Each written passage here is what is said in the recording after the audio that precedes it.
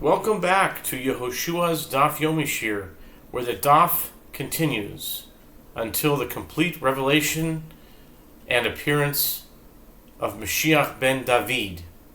My name is Yehoshua Leon, and today we'll be studying Tractate Chullin, page 56a, top of the page, with the words Lahavi or Beis Haboshes.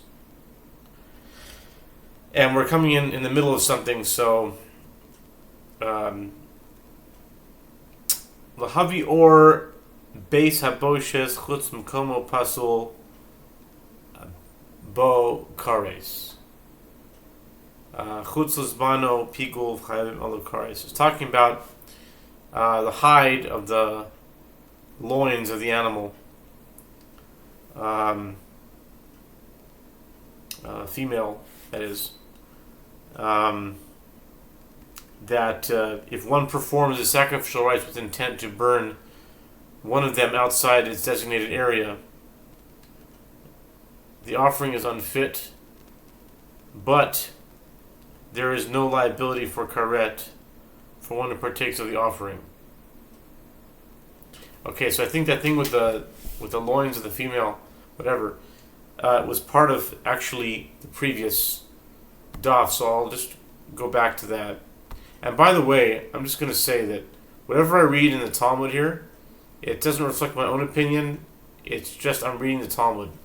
So basically, I make this disclaimer every now and then because sometimes there's things in the Talmud that are either A, offensive, and B, difficult for many to understand because of the historical context and time. And we live in different times now, and so because of that, I just say that whatever is being said here doesn't always apply to today, and also doesn't reflect my own opinion. I'm simply reading it.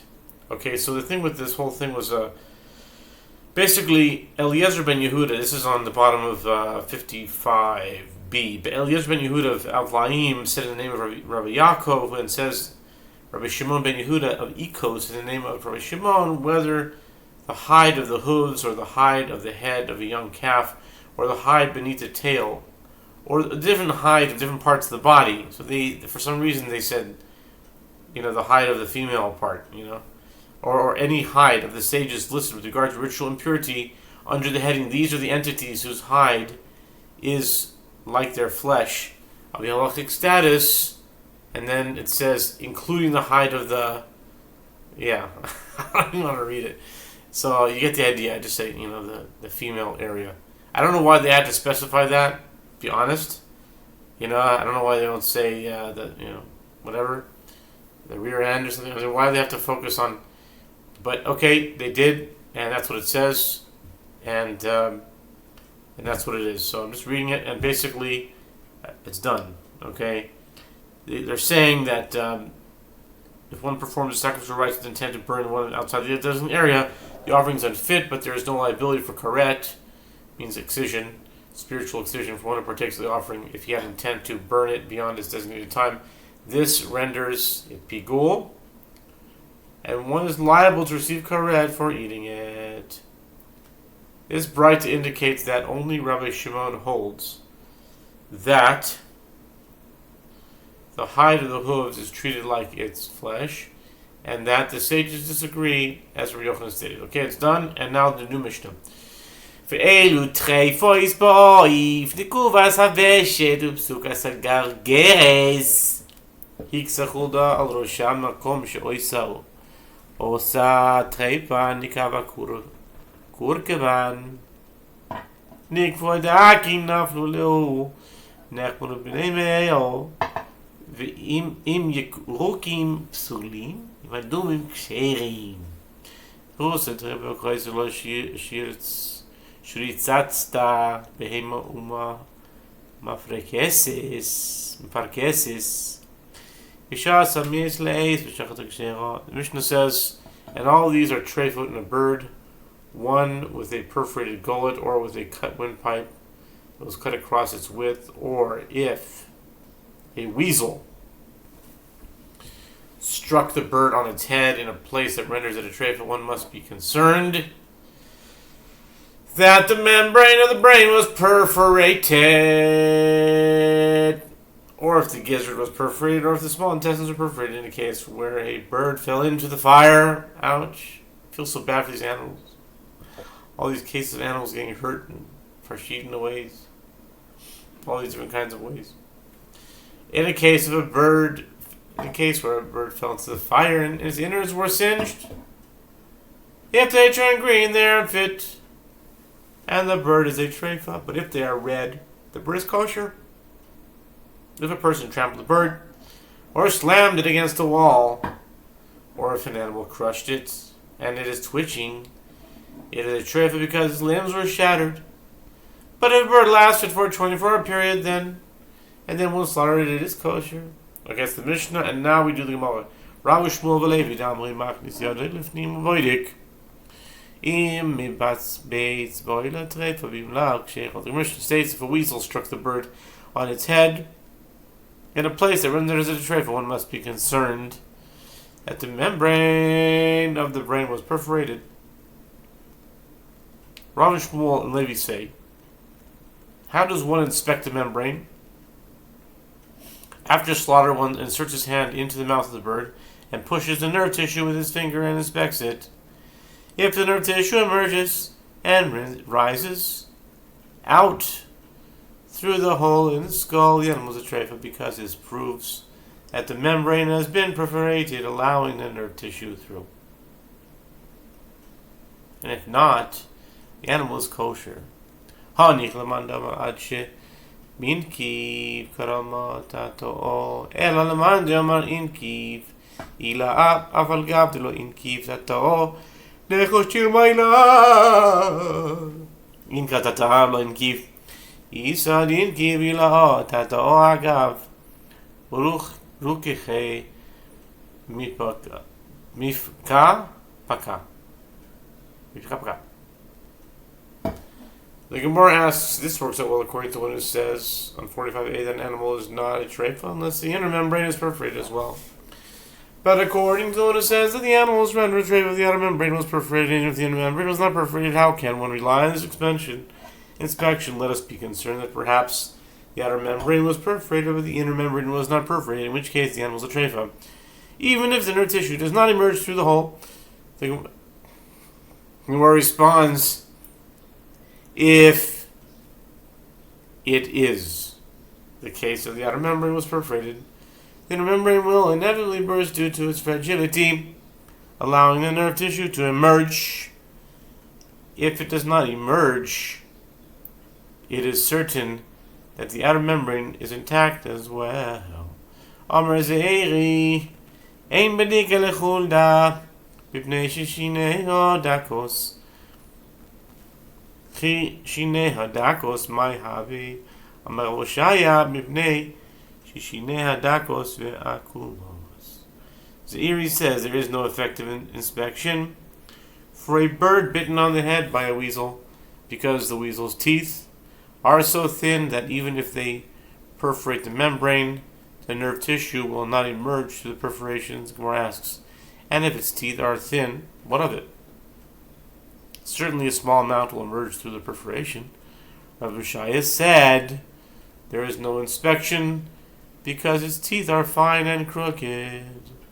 The hole in the skull does not overlap the perforation in the membrane, and nothing will be able to escape.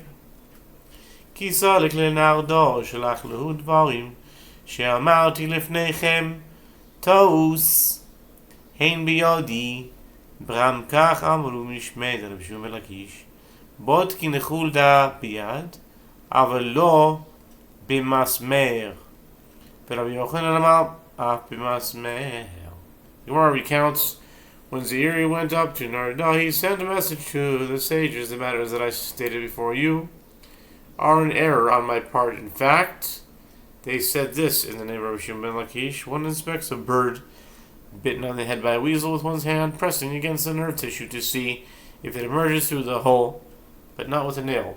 One may not inspect it by dragging the tip of a nail over the surface of the membrane to see if it catches on a perforation. Since the nail itself may perforate the membrane, as Rabbi Yochanan says, one may even inspect it with a nail. Upelukta Rabbi Yehuda Rabbi Nechemia Chad badek bida Chad badek b'machta Man di badek bida Amar le Leman badek b'machta Ad masai ata Machale mamunan Shel Yisrael Amar le Man di badek b'machta Leman di badek b'bida Ad masai ata machil Yisrael Nevelois. The Gemara notes, and this disagreement is also reflected in the dispute of Rabbi Yehuda and Rabbi Nechemia, wherein one inspected the bird by hand, and one inspected it with a needle. The one who inspected it by hand said to the one who inspected it with a needle, "Until when will you waste the money of the Jewish people by causing them to discard kosher meat? Sometimes the needle itself will perforate a membrane that was initially whole." The one who inspected with a needle said to the one who inspected by hand, "Until when will you feed carcasses to Jewish people as you permit for consumption a bird that might well be forbidden?" The Gemara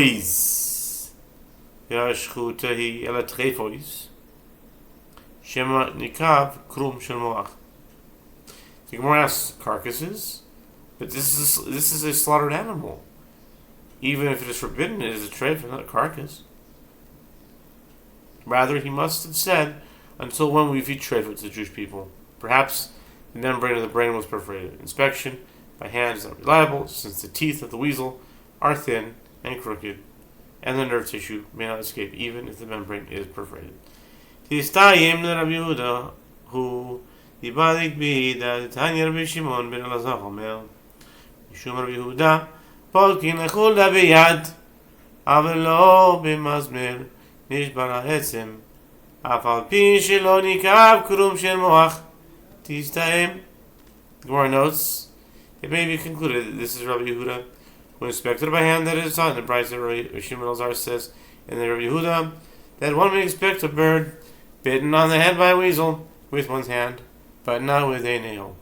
The Brisa continues, if the bone of the skull is broken, even if the membrane of the brain was not perforated, the animal is a treifa. The Gemara affirms, indeed, it may well be concluded Rabbi Yehuda permits inspection only by hand. Haguf Kashya.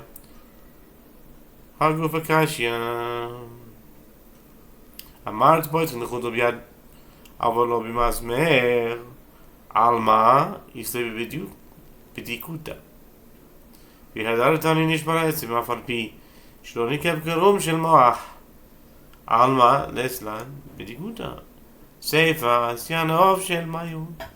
Hoyel ve'lo rekum. Elo krum soket aitach. Elo hoyel ukrum orach. The Gemara objects, this itself is difficult.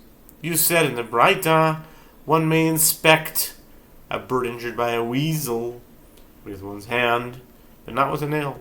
Apparently, it has an option of inspection. But then, you then teach, if the bone of the skull is broken, even if the membrane of the brain was not perforated, the animal is a treifa. Apparently, it has no inspection because inspecting for a perforation would be pointless. The Gemara responds, in the latter clause we come to discuss a water bird, which cannot be inspected since it has no membrane. The Gemara clarifies, can it enter your mind that it has no membrane? One can see that it does. Rather, the response is, since its membrane is fragile, it must have ruptured when the skull was broken. Amar le'Rav Nachman l'Ravanan, Mar Amar Shmuel, Badek Bida Umachshir, Yehuna, Michavrin, Amar Rav Badek Bida Umachshir, Etani Levi, Trefois, Shemanu Chacham Yevehema, Keneged Ba'oiv Yeser, Aleihen Oiv, Nishbar Etzem, אף על פי שלא ניקב כלום של מוח. אמר לי, ההוא בעוף של מים, הואיל ואין לו כלום, אין לו כלום סוקת איתך, אלא הואיל וכלום רך. Similarly, the Gemara relates Rav Nachman says Rav Anan, the master says that Shmuel inspects a bird bitten on the head by a weasel with his hand, and he deems it kosher if the membrane is not perforated. And our colleague Rav Huna also says that Rav inspects it by hand and deems it kosher. But Doesn't Levi teach these treifot? Those treifot that the sages enumerated in an animal apply likewise in a bird. And in addition to those, a bird is a treifot. And if the bone of the skull was broken, even if the membrane of the brain was not perforated, if so, how can a bird be permitted through inspection? Rav Anan said to him, that Braita is referring to a water bird, which cannot be inspected since it has no membrane. The Gemara clarifies, can it enter your mind that it has no membrane? Rather, the response is, since its membrane is fragile. Ha'itar negolta dehabebe Rav Chana shadra lekamed Rav Masna nish baretzim veronikav krum shel moach.